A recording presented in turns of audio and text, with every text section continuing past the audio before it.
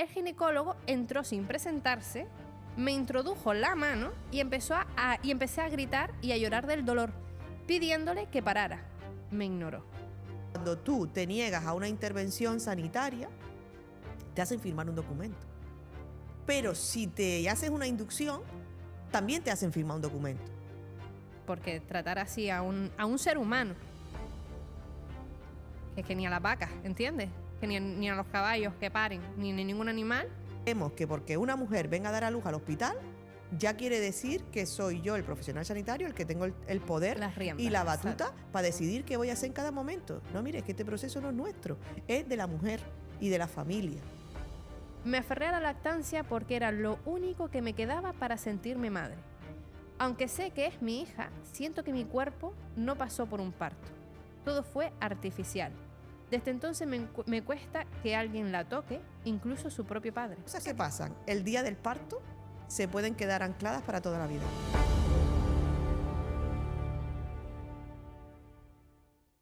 Bienvenidos a un episodio más de Psicomatrona, este lugar donde damos voz a las mujeres y a las maternidades / paternidades reales. Naira León y Yasira Siguede les acompañamos para darles voz y hoy justamente es un episodio en el que eso es lo que vamos a hacer. Desde Psicomatrona a veces recibimos muchas dudas, muchas preguntas y muchos testimonios sobre maternidades reales en el que hay situaciones en las que todavía no son capaces de hablar libremente sobre su realidad. Y por eso hoy vamos a aprovechar y vamos a leer el testimonio, el duro testimonio que nos han dejado en redes en Psicomatrona para poder comentar esta situación y poder ayudarte si en algún momento lo necesitas. Cuéntanos, Naira, y léenos ese duro testimonio que nos han hecho llegar y que nos han dado permiso para expresarlo, publicarlo aquí en Psicomatrona. Bueno, Jessy, pues ahí tenemos un testimonio súper interesante, muy duro a la vez, tanto física como psicológicamente, y es un testimonio que nos llegan de Bilbao. Fíjate hasta dónde nos ven, ¿no? Muchas gracias, por supuesto. Y es una mujer que se llama Laura, y desde Bilbao, pues, nos comenta lo siguiente. Dice: tuve a mi hija en el hospital de Basurto hace 4 meses y siento que me arrebataron la posibilidad de vivir un parto respetado. Todo lo que podía salir mal, salió mal. Había tenido un embarazo de bajo riesgo. Tanto mi hija como yo estábamos bien. Me citaron para inducirme el parto el mismo día que cumplía las 42 semanas, es decir, un parto que duró lo suyo. A las 8 de la mañana. Aquella mañana, antes de ir al hospital, expuse el tacón mucoso y sentí molestias en los riñones. Sabía que mi cuerpo se estaba poniendo de parto de manera natural. Al llegar y revisarme, vieron que estaba de 4 centímetros y con el cuello borrado. Me alegré mucho, porque todo estaba comenzando por sí solo y sin dolor. Sin embargo, me dijeron que igualmente había que inducir, simplemente por estar en la semana 42. Me preocupaba la oxitocina porque deseaba un parto natural, sin epidural. Llevé conmigo mi plan de parto y lo entregué, pero aún así me administraron oxitocina y rompieron la bolsa. Vamos a leer hasta aquí, a ver qué te parece, Yassi, porque, es decir, no sé si es un procedimiento protocolario normal. Fíjate, desde el punto de vista psicológico, la angustia que esto supone, ¿no? Tú preparas tu plan de parto, uno que siempre intenta visualizar su parto, cómo va a ser, ¿no? Un poquito de ese posparto después en el hospital y demás. Y de repente, tú que piensas que va a ser todo de esa manera tan fluida, pues te cortan, por así decirlo, el rollo. No sé si por protocolo o posible peligro que pueda existir, porque es verdad que está en la semana 42, pero entiendo, ¿no? Ya la angustia con la que una va, llega a ese hospital diciendo no, ese plan de parto ya no va a funcionar, no lo vamos a utilizar, aunque estés con sintomatología y estés dilatando y esté el cuello borroso, pues no lo vamos a hacer de esa manera. A ver, está claro que ahí hay varios ítems. Primero, los protocolos súper estrictos que tenemos a día de hoy en España en todo lo que tiene que ver con un proceso natural y fisiológico como es un parto. Es decir, hasta no hace muchos años o en otros sitios del mundo como no es España o esos países a veces mega civilizados, donde parece que prioriza más y da más calidad asistencial y da también más seguridad el tener toda la tecnología y todos los protocolos cerrados como si fuéramos vacas o cabras y no podamos fluir según las características de cada persona, ¿no?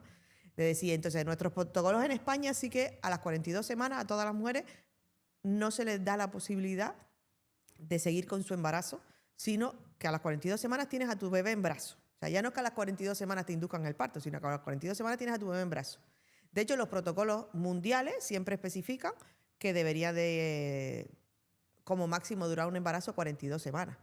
Pero realmente la evidencia científica dice que es verdad que a medida que el embarazo avanza, hay más riesgos de que sucedan cosas indeseables. Pues dices, oye, pues el niño no es lo mismo que nazca con 40 semanas y 3 kilos a que nazca con 42 o 43 y 6 kilos. Dices tú, pues probablemente ese parto y después esas repercusiones físicas pues serán un poco más complicadas.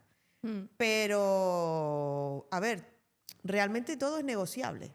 Eso dice la ley de autonomía del paciente, es decir, tú eres una mujer libre y autónoma, responsable de tus procesos naturales de la vida y tú puedes decidir cómo quieres hacer las cosas. Inclusive eres responsable del bebé que tienes dentro y siempre que no tampoco incurra peligro en su vida y en su salud, tú puedes hacer con tus hijos lo que quieras. Entonces, a ver, ella en ese momento pues podría haber dicho, oye, estoy de parto fisiológico, a lo mejor no tengo contracciones regulares, pero si has llegado a 4 centímetros, has topado el tapón mucoso, lo que sea, solo te hacía falta un poco de horas, probablemente no días, sino horas, para terminar de arrancar ese parto. ¿Qué pasa también cuando nosotros los sanitarios y los hospitales tienen unos protocolos muy estrictos? Que al final trabajan con el miedo. Es decir, cuando tú te niegas a una intervención sanitaria, te hacen firmar un documento. Pero si te haces una inducción, también te hacen firmar un documento. O entonces dices tú, a ver, quiere decir que haga lo que haga y pase lo que pasa aquí dentro, la culpa va a ser mía.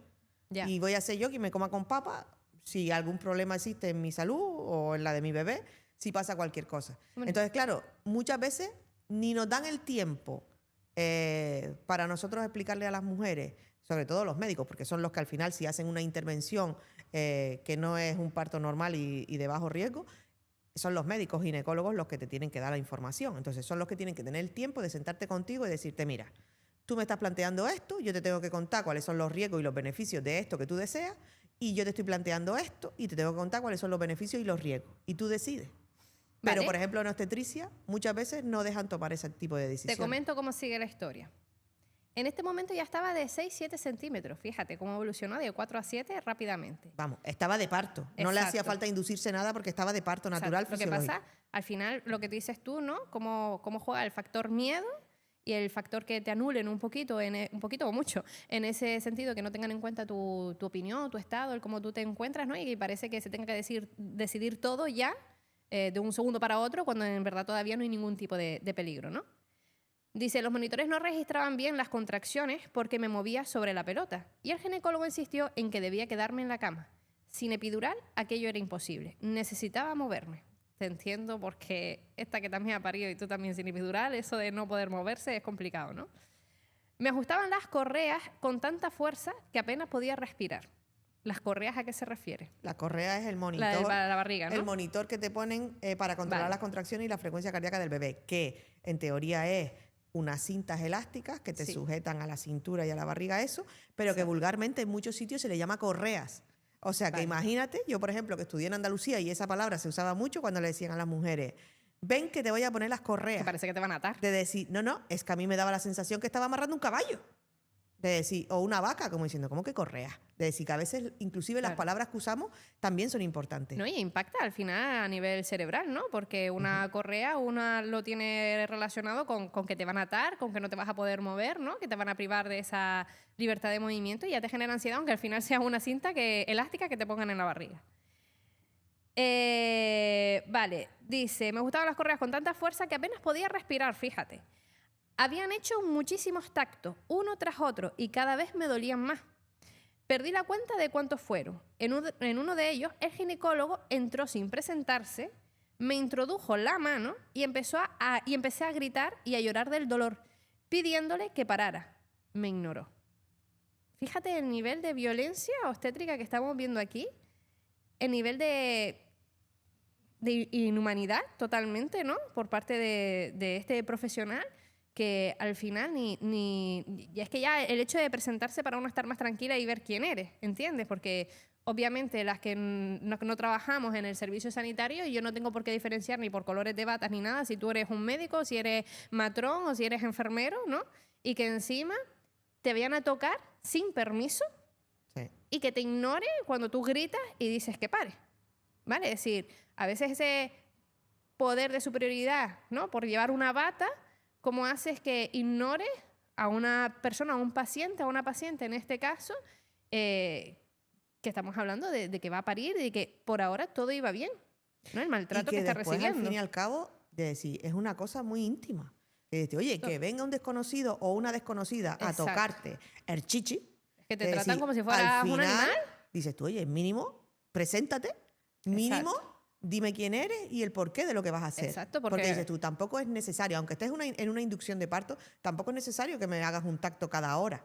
Pero Exacto. tampoco es necesario que vengan 5 personas distintas a tocarme cada hora. Dices tú, Exacto. oye, cuéntame qué pasa. Si Claro, tú me o dices el a por mí, qué. tú me dices a mí, mira, voy como matrona, como matrón, voy a llamar al ginecólogo o voy a llamar a otro compañero, Claro. otra compañera para que te explore porque necesito una segunda opinión. Tú le hablas a la gente y le explicas las cosas a la gente y le dices, porque no sé si tu bebé viene bien colocado o no, o qué. Oye, Claro. pues chapó, todos somos humanos y todos podemos pedir una segunda opinión y tú con amor dices, pues encantada de que ustedes me ayuden en este nacimiento de mi bebé. Pero al final el problema es que omitimos mucha información y creemos que porque una mujer venga a dar a luz al hospital, ya quiere decir que soy yo, el profesional sanitario, el que tengo el poder Las riendas, y la exacto. batuta para decidir qué voy a hacer en cada momento. No, mire, es que este proceso no es nuestro, es de la mujer y de la familia. Y por eso también es muy importante que la pareja o la persona que la acompañe en el momento del parto sea su voz. Y por eso hay que hablar de cómo queremos que sea nuestro parto y hacer el plan de parto en compañía. Porque tú llegarás a un momento en el que estés muy vulnerable, porque al final te entran tus miedos, tus hormonas Los y tus cosas. dolores, todo. Y es la persona que te acompaña en el parto quien tiene que estar defendiendo tus derechos. Claro. Y ten en cuenta, Chasi, que al final algo que aunque pueda ser doloroso por el proceso fisiológico que supone y demás, se termina convirtiendo en algo traumático con algo tan sencillo y tan complicado a la vez como que es que no te presentes, que no me respetes, que me ignores y al final me cosifiques, ¿vale? Porque me estás tratando como un objeto inanimado, que te da igual que yo esté llorando, que te da igual que yo esté gritando de dolor, ¿no? Y me estás cosificando, no me estás teniendo en cuenta, me estás ignorando. Y ya ahí empieza un proceso traumático Sí, que al final dura muchos, muchos años Que en puede- aceptarlo y que puede facilitar la depresión postparto, ujú, que viene a continuación. y el vínculo con ese bebé. Exacto. Y el no querer volver a repetir una Esa maternidad experiencia, por exacto. el mero hecho solo de las 2 o 3 Claro. o 4 horas puntuales del parto. Y es normal porque al final el cerebro generaliza de si esto me ha pasado en este parto, en el próximo parto me va a pasar lo mismo y yo no quiero volver a pasar por esa experiencia. Mm. ¿Vale? Porque no son esas 4 horas en las que le puede haber ocurrido esto. Es que es la vida eterna. Es decir, esta mujer se va a acordar de ese proceso toda su vida y aunque pasen 30 años, el hecho de que lo recuerde, que le venga un flashback de esa situación, le va a generar la misma sintomatología emocional, el mismo miedo, ¿vale? Como si lo estuviera reviviendo hoy en día de nuevo. Sí, de hecho yo, por ejemplo, tengo una amiga que ella su primer parto pues fue en un hospital en Andalucía, donde todavía en España o en otras comunidades autónomas la cosa se iba modernizando, de decir, oye, pues ya entraba el acompañante al parto, ya había paritorios individualizados y no esa sala donde las mujeres dilataban una con otra, con una cortina en medio, o sea que al final entrabas con tu terror de decir, pero también escuchando a la otra como gritaba, a la otra como empujaba, a la otra como le decía. Entonces, en ese hospital donde ella dio a luz, todavía estaban en ese cambio y en esa transición. Y ella, o sea, te digo, la niña tiene hoy 20 años, es decir, y ella, cada vez que pasaba por el hospital con el coche, como si fuera aquí en Las Palmas, ¿no? Por la avenida Sí. marítima, porque tienes que pasar por por la autovía o por cualquier eso para llegar a otro punto de la ciudad, le daba una contracción. Es decir, físicamente ella Asoció. decía, cada vez que paso por aquí, y casi que había que pasar a diario, Claro. de decir, le daba una contracción en el útero de forma involuntaria, de decir, porque le venía siempre ese flash. De Claro. hecho, casi que después de conocernos y de hablar un poco ya como matrona, ella justamente es psicóloga, como matrona y psicóloga de cómo ha cambiado el proceso del parto, de la maternidad, los paritorios y las maternidades, que antes se separaban siempre a los niños en los nidos, y cómo las cosas iban cambiando. Ella hace 8 años se animó a tener otro hijo. Pero fíjate, si no es proceso Tuvo que pasar 8 años. terapéutico que ella tuvo que hacer para Claro. tener una hija, no. Ah, no, Una tiene ya. 20 y la otra tiene 8. Es decir, han Imagínate la pasado, diferencia. Claro, yo, De 20 años. decir, Claro. claro, en un principio ella nunca pensó que fue por su proceso. Es decir, claro, luego Ya. fuera eso, un Sí, padre que no estaba analizando. presente, un embarazo deseado, pero que al fin y al cabo fue casi que un embarazo, un parto, una crianza en soledad hasta que se divorció. O sea que- que al final las cosas que pasan el día del parto se pueden quedar ancladas para toda la vida. Sí, es que el embarazo y el parto, es decir, vamos a no nombrar el posparto por ahora, pero lo que es el embarazo y el parto es tan emocional, aparte de fisiológico, que influye muchísimo. Es decir, no es lo mismo pasar un embarazo o un parto con estrés, con pérdidas por a lo mejor laborales, porque a lo mejor me despiden porque me quedo embarazada, pérdidas de amistades. Oye, desde que estoy embarazada, siento que mis amistades me han ignorado porque voy a ser madre o voy a ser padre, ¿no? Por pérdidas familiares, es decir, ha muerto un ser querido o ya había fallecido cuando yo ya me embaracé, ¿no? Me quedé embarazada y siento esa pérdida de que esa persona no pueda disfrutar tanto de este proceso como del futuro bebé que está a punto de venir. Entonces, vas cargada con todas esas emociones, ¿no? Con todas esas situaciones estresantes que uno vive en su mochila del día a día, y si encima le acompaña este tipo de sentimientos traumáticos, imagínate. Tú ten en cuenta que el cerebro funciona mucho a través de anclas, de asociaciones. Seguramente te ha pasado, y a los que nos ven también, que vas por la calle, hueles un perfume y te viene mi cara, ¿no? Porque tú has asociado ese olor a mi cara. O te viene, yo qué sé, el olor a magdalenas y te viene un recuerdo de la infancia en Pozo Izquierdo, ¿no? Porque seguramente ese día en Pozo Izquierdo tú a lo mejor comiste magdalena o la vecina los hizo y te dio una porque sabía que te encantaba o lo que sea. Y aunque hayan pasado 30 años, ese olor se ancló, ¿no? Con esa emoción y esa imagen. Entonces, aquí estamos diciendo de que estamos anclando un recuerdo, ¿vale? O un lugar, en este caso, como es tu amiga, como es el hospital, con una emoción traumática, y fíjate cómo fisiológicamente el cuerpo responde, lo responde. ¿vale? Lo recuerda generando esta contracción. En otro caso podría ser, por ejemplo, la magdalena pues te genera alegría, ¿no? O te genera un pellizco ahí de bienestar en el estómago, esa mariposilla, por ejemplo. O si hubiera sido otro proceso a lo mejor difícil, yo qué sé, te recuerdas las magdalenas a un ser querido que no está, pues a lo mejor te da una punzada en el pecho de dolor, de recuerdo, ¿no? De echar de menos. Entonces, fíjate cómo pueden pasar 20 años y ese ancla sigue ahí. Sigue ahí. Y hasta que no lo verbaliza, primero lo aceptas, como diciendo, oye, esto ha pasado. Y tú a veces, hay mujeres que a veces normalizan que eso tenía que pasar. De decir, oye, pues me han vendido la moto, Exacto. que por mi bienestar y por mi salud y por tener un niño sano, pues ese proceso lo tengo que aceptar. Y también porque hoy en día todavía tenemos la imagen de que el doctor o la doctora o los profesionales sanitarios son los que mandan. Es decir, si él lo ha dicho es porque tiene que ser así. Y no nos lo cuestionamos porque antiguamente veníamos de que la imagen del doctor o de la doctora era como lo máximo, ¿no? Nunca se podían equivocar, ¿vale? Y erróneamente creo que ese pensamiento lo seguimos arrastrando y que al final son no solo profesionales, sino que son personas y en algún momento también se pueden equivocar. Claro, y a veces a lo mejor no equivocarse, sino lo que tenemos que tener en cuenta, no solo los usuarios o usuarias del sistema sanitario, sino los profesionales sanitarios, que en los procesos fisiológicos de la vida, de decir, no se puede atender a la gente con un estatus de yo soy superior porque soy el que he estudiado. Exacto. Y tú estás por debajo. No. Exacto. Estamos en un proceso fisiológico que es mi proceso como persona, como mujer, y podemos hablar de tú a tú. Está Exacto. claro que yo le voy a pedir al profesional sanitario su experiencia y su ejemplo y su conocimiento, porque es quien lo tiene. Pero yo también puedo pensar y puedo decidir por mí misma. Es decir, o por lo menos con el 100% de la información, interactuar y crear un diálogo de decir, oye, dentro de lo que es más seguro para mí y para mi bebé, de decir, dentro de cuál es el protocolo de este hospital y dentro de lo que yo quiero y deseo, ¿cómo podemos llegar a ese consenso? Entonces, hay profesionales sanitarios todavía en el siglo XXI que esa forma de relación lineal y no estatutaria no la saben llevar.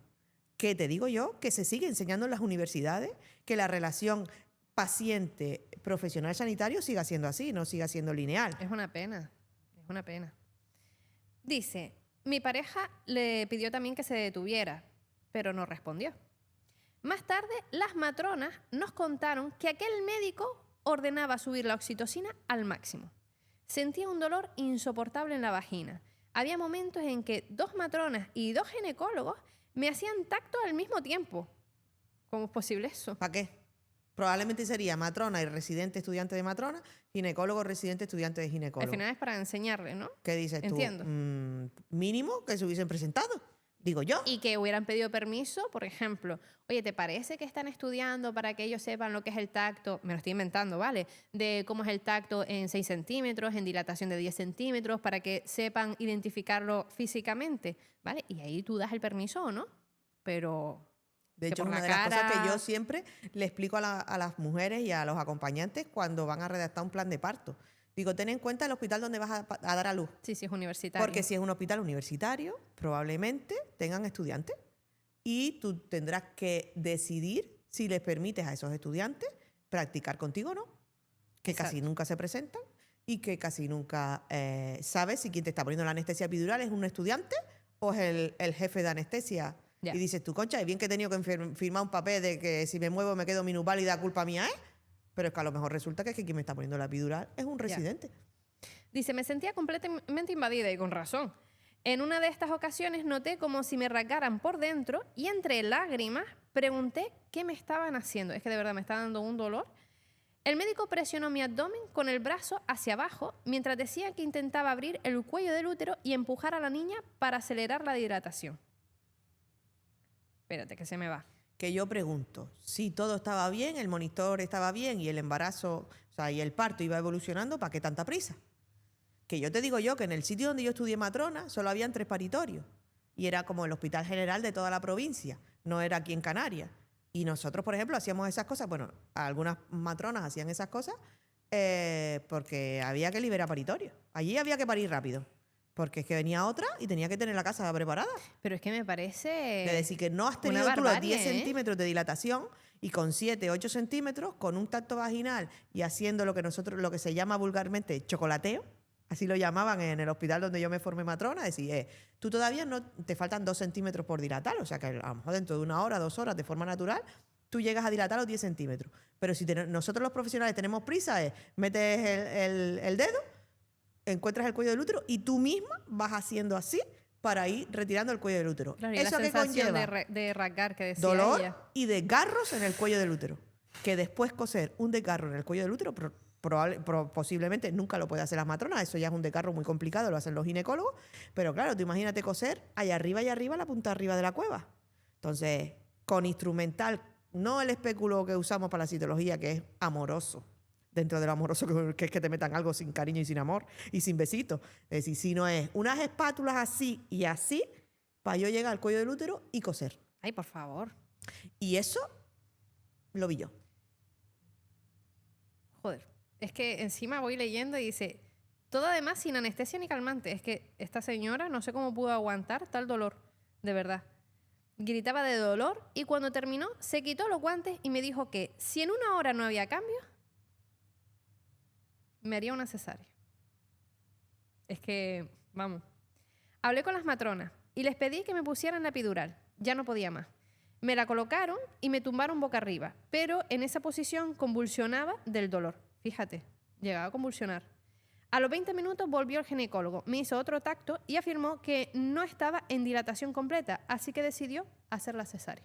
Pero no habíamos quedado con 1 hora. Aquí cada vez que me piensan. 20 minutos en vez de 1 hora. Es decir, o este señor tenía prisa por algo, o estaba cabreado con el mundo, o es su forma de proceder y a lo mejor es que no debería estar en un paritorio. Porque tratar así a un ser humano, que ni a las vacas, ¿entiendes? Que ni a los caballos que paren, ni ningún animal, que el veterinario va ahí cuando hay que ayudar al animalito con el máximo cuidado y que trates así a un ser humano, ignorándola, invalidándola del todo, es que, de verdad, le tengo que preguntar a Laura. Sí, bueno, no he podido tener más hijos porque pasó hace 4 meses, pero lo más probable es que no quiera volver a repetir por la experiencia. ¿Vale? Y si repite, no creo que vaya a ser en este hospital. Yo creo que al final tendrá que tratar muchas situaciones y muchas emociones, porque al final, Fíjate tú, nosotros, la evidencia científica dice más que clara y la Organización Mundial de la Salud, que son como los profesionales más expertos en todo este tema, dicen que no se deben hacer tactos vaginales sino cada 2 o 4 horas. Idealmente cada 4 horas. Porque al final nosotros, aun usando guantes estériles y haciendo las técnicas Claro. lo más aséptica posible, somos capaces de crear infecciones en el líquido amniótico, que es lo que se llama una coramnionitis, que tiene muchas repercusiones para la salud del bebé y para la salud de la madre, inclusive para la fertilidad en un futuro, porque le puede dar una infección inclusive en las partes altas del útero, de los ovarios, de las trompas y lo que sea. ¿Que es verdad que en algún momento y en alguna situación se hacen tactos vaginales más frecuentes? Claro que sí. Si en algún momento rompes agua, pues dices tú, oye, tengo que asegurarme que rompiste agua y que el bebé se quedó ahí impactado y no es el cordón umbilical el que se ha quedado por medio, porque corre riesgo la salud del bebé. Sí, que va a salir en la Que de posición repente tú notas que correcta, tiene lo ganas de sea. empujar y dices tú, chica, si te toqué hace 20 minutos, pero es que a lo mejor la dilatación ha avanzado tan rápido que es verdad que es que el bebé ya está ahí asomando casi. Exacto. O que hay una situación de riesgo y los ginecólogos tienen que valorar la situación. Pero Pero es que es tan fácil la comunicación, Chasi, sí. y la han ignorado tanto, de verdad, que es que no lo entiendo. No lo entiendo. Es que voy leyendo todo esto y hasta me emociono porque es que estoy sufriendo. Dice, me quejé del dolor, pero respondió que era imposible que lo sintiera, claro, porque tenía la epidural. Poco después, la anestesista comprobó que la epidural estaba mal puesta. Me la retiraron y volvieron a pincharme. Esta vez sí hizo efecto y me llevaron al quirófano. No sé, aquí que como lo redactó un poquito mal, dice, efecto sentía todo. Cada roce, cada corte, cada movimiento dentro de mi cuerpo, me pasé yo misma a la mesa de quirófano sin que nadie me ofreciera una mano o una palabra de consuelo. Es que esto ya roza lo inhumano.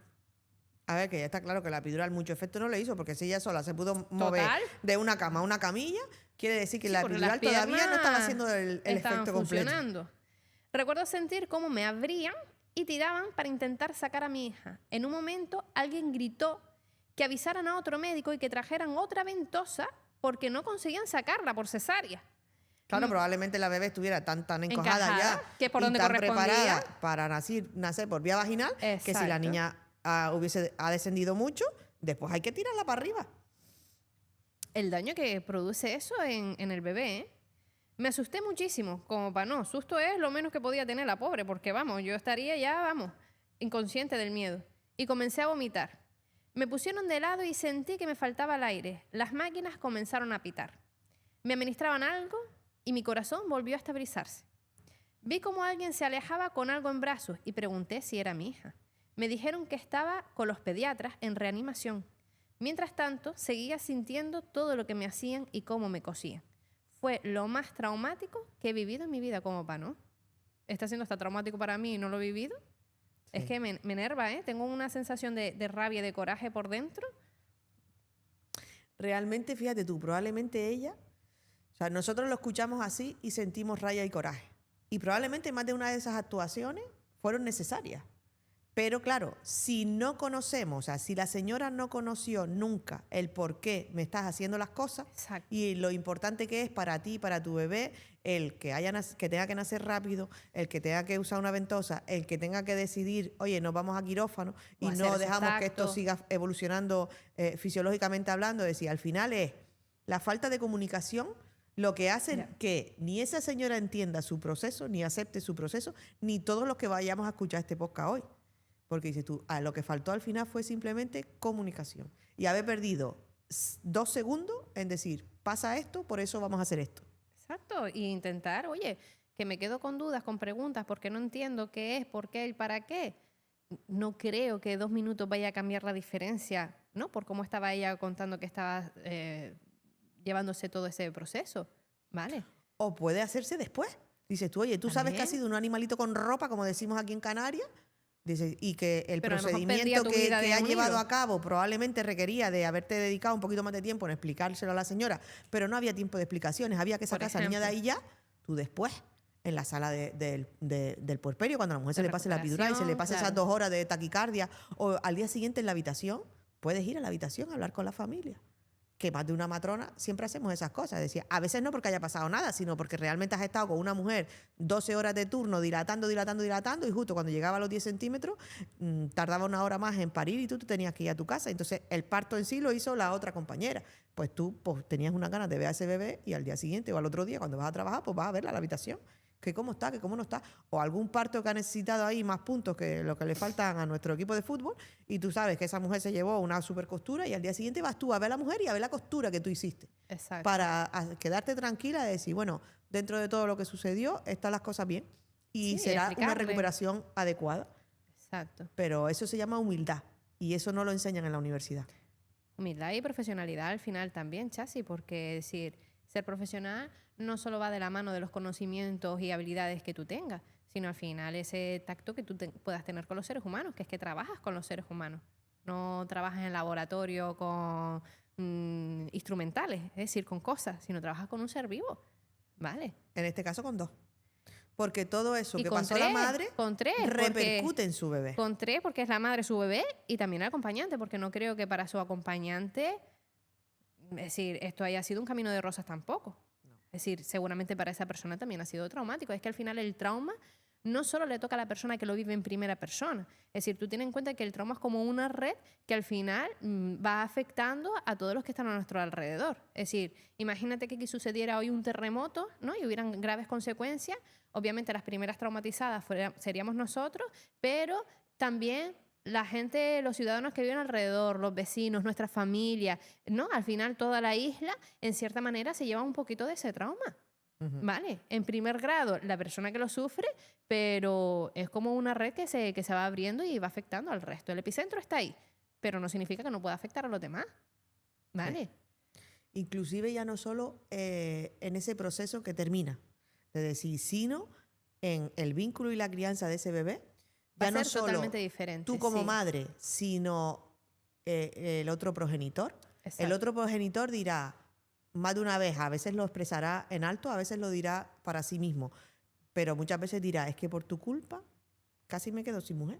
Sí. Es decir, yo conozco mucha gente que cuando han tenido algún problema, casi siempre en el posparto inmediato, o sea, ese parto y ese bebé que ha nacido estupendamente, pero después las madres sufren una atonía uterina, que es como se llama, cuando el útero no se contrae después del parto y por tanto puedes morir de una hemorragia y tienes que ir rápido a quirófano a hacer un legrado o inclusive a quitar el útero, porque muerto el perro se acabó la rabia.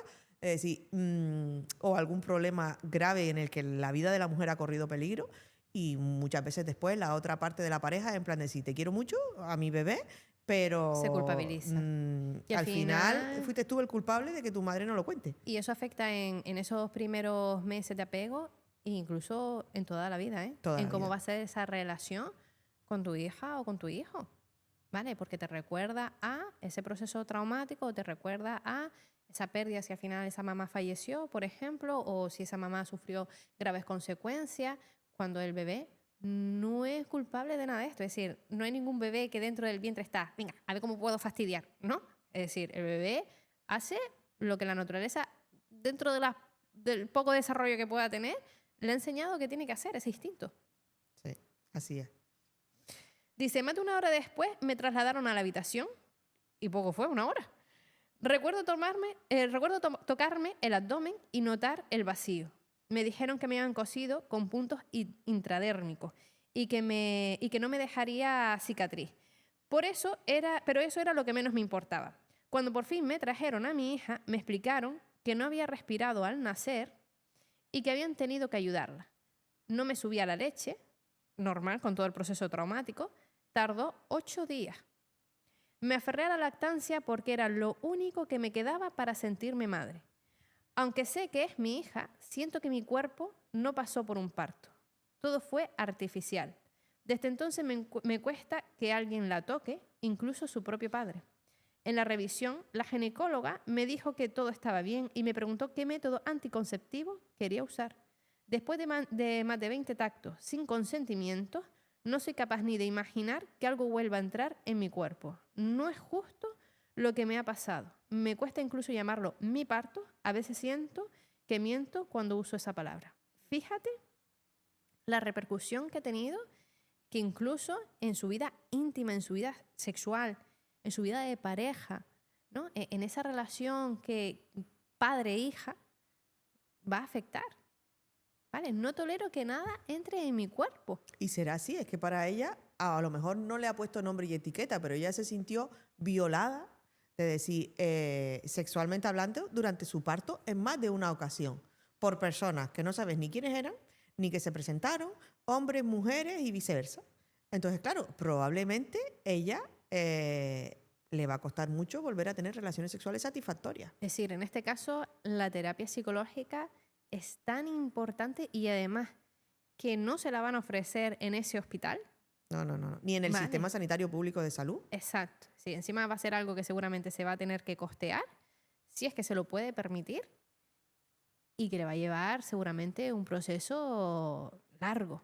Ya no Largo. solo un trabajo personal, sino un trabajo en pareja. Y en familia, al Es decir, final. porque muchas veces, claro, la pareja también a lo mejor era el acompañante que estaba ahí presente y puede ser comprensivo con todo lo que ha sucedido. Pero llega un momento en que la pareja dice, oye, pero tendremos que pasar páginas. Igual que también te lo dirá la familia. La familia te dirá, oye, pero mira, al final todo sale bien, tú estás Claro. bien, tu Tienes a bebé tu está niña bien, aquí, exacto. mira qué bonita esta familia que tú habías deseado crear. Y eso es invalidar. Sigue caminando. Eso es invalidar los sentimientos y ese proceso traumático por el que esta mujer está pasando. ¿Vale? Obviamente todo ha pasado, pero en su interior no. En su interior lo sigue reviviendo todos los días como si fuera ahora el momento en el que lo estoy volviendo a pasar. ¿Vale? Porque además lo que tiene el cerebro, Chasi, es que el cerebro no diferencia entre imaginar y realidad. Es decir, cada vez que esta mujer imagine y le venga, porque va a ser absolutamente normal que le venga por ese proceso traumático, son los flashbacks, ¿no? Aunque esté, yo que sé, fregando, le viene, ¿vale? Aunque esté haciendo cualquier cosa, de repente le viene de manera intrusiva. Involuntario, Entonces, es involuntario. cuando vienen esas imágenes, el cerebro cree que eso está pasando ahora mismo. Fíjate, hay un montón de estudios respecto a esto. Hay uno que me encanta, que es como meter a una persona en una resonancia magnética, le dan un alimento, imagínate una manzana, ¿no? Y le dicen, cómete la manzana. Y se ve en la resonancia cómo se encienden las diferentes áreas cerebrales mientras se come esa manzana. Le quitan la manzana dentro de la resonancia y le dicen, ahora imagínate con todo detalle que te estás comiendo esa manzana. ¿Qué ocurre? Que se encienden exactamente las mismas áreas cerebrales. ¿Vale? Es impactante, es decir, para el cerebro no hay ningún tipo de diferencia. Entonces, cada vez que esta mujer recuerde o le venga ese pensamiento intrusivo, ¿no? O cuando intente, por ejemplo, pues mantener esas relaciones íntimas o simplemente tocarse para limpiarse, porque le venga la menstruación, lo que sea, le va a venir esas asociaciones de todo lo que sufrió y ese dolor físico, el cerebro cree que eso está volviendo a pasar. Y va a venir toda esa carga emocional como un tsunami. Y sintomatológica, de decir, porque muchas veces nosotros somatizamos físicamente aquello que está pasando en nuestra cabeza. Exacto. Como le pasaba, por ejemplo, a mi amiga, contracciones de que tu amiga. ella, cada vez que pasaba por el hospital, por la carretera, por donde estaba el hospital, le venía una contracción, porque realmente somatizamos cosas que pasan en nuestro cerebro. Y por eso es tan importante que al final, cuando tenemos algún proceso traumático, que en este caso su diagnóstico es síndrome de estrés postraumático, es decir, síndrome no, es trastorno de estrés postraumático. Trastorno de estrés postraumático, ella vaya al final a terapia y durante mucho tiempo trabaje toda esta situación. Es decir, porque al final eso, todo lo que pasó y todo lo que no vaya trabajando va a seguir repercutiendo a lo largo de la vida en ella, en su niña y en su pareja. Es decir, entonces al fin y al cabo, como familia, tienen que sanar y tienen que curar todo este proceso. Hay mucha gente que buscan asociaciones o inclusive profesionales sanitarios que le ayuden a entender todo lo que sucedió y lo que pasó. Para ello a veces lo que hacen es pedir una copia de la historia clínica en el hospital, inclusive del partograma. El partograma es un documento donde nosotros escribimos, no solo a nivel digital, sino también manual, anotaciones. Decir, oye, pues a las 5 de la mañana la tactó fulanito de copas y tenía 5 centímetros. A las 5:25, por disminución de la frecuencia cardíaca o por la razón que fuera, diferentes aspectos que van se sucediendo. llamó al médico tal y la tactó y valoró no sé cuánto. O sea, porque al final, digitalmente hablando, no se escribe todo. Claro. Entonces, y siempre, a veces hay documentos que no se ofertan. Tú pides una copia de tu historial clínico y al final te dan muchas veces, no solo en obstetricia, sino en cualquier especialidad, lo que ellos les da la gana.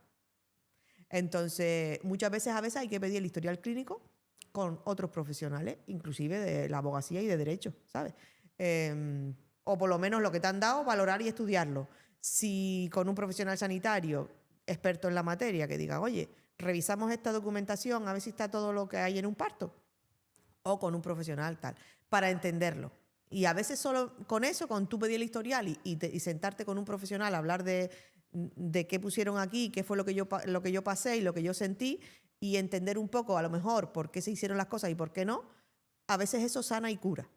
Y en otros momentos lo que hacen es tirar de asociaciones, como el parto es nuestro. No creo que saberlo en este caso vaya a sanar ni curar, pero sí seguramente a lo mejor a entender un poquito más lo que ha ocurrido. Incluso en algunos casos hay que valorar si esa violencia obstétrica legalmente hay que proceder. Vale. Yo le mando un fuertísimo abrazo a Laura. Espero que esté en la ayuda de los mejores profesionales, sobre todo a nivel de salud mental, porque seguramente lo necesita, ¿vale? Y su pareja también, que no dude en caso de que pueda necesitar también terapia psicológica, pues que acuda, porque a veces la pareja lo vive como, bueno, como ella fue la fuente, ¿no? El principal que ha sufrido esta situación traumática, pues yo dejo que ella vaya al psicólogo y reciba todas las atenciones necesarias que pueda necesitar, pero yo para otro momento, ¿no? Y es importante que al final los dos vayan a la par en este proceso de recuperación, porque él sigue siendo, o el resto de los acompañantes, un apoyo importante en toda esta recuperación que además está ahora en posparto.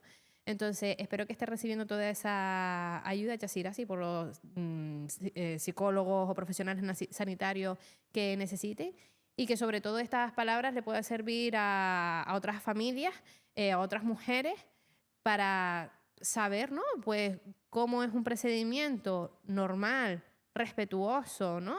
Dentro de lo que es un proceso de parto, y sobre todo, pues indicar a los profesionales que trabajan directamente pues, en ese paritorio, fomentar mucho más lo que es el respeto y la comunicación, por muy ajetreado que estemos, por muy estresados que estemos, por muy cargada que esté nuestra mochila, incluso a nivel personal, porque al final también son humanos y van con su mochilita a trabajar, y a veces les cuesta discernir de una parte de la otra, ¿no? Me llevo los problemas de casa al trabajo o al revés. Sí. Entonces, por muy quemados que podamos estar como profesionales, no se nos puede olvidar que delante hay una persona a la que yo le puedo arruinar la vida, literalmente.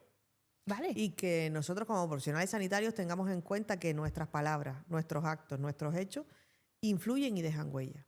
Dejan huella de por vida, porque la forma de nacer importa. Importa en el bebé y en su ADN, y importa en la madre que los parió. Y dejan huella de por vida, ya sea que esa historia sea para mal o que sea para bien.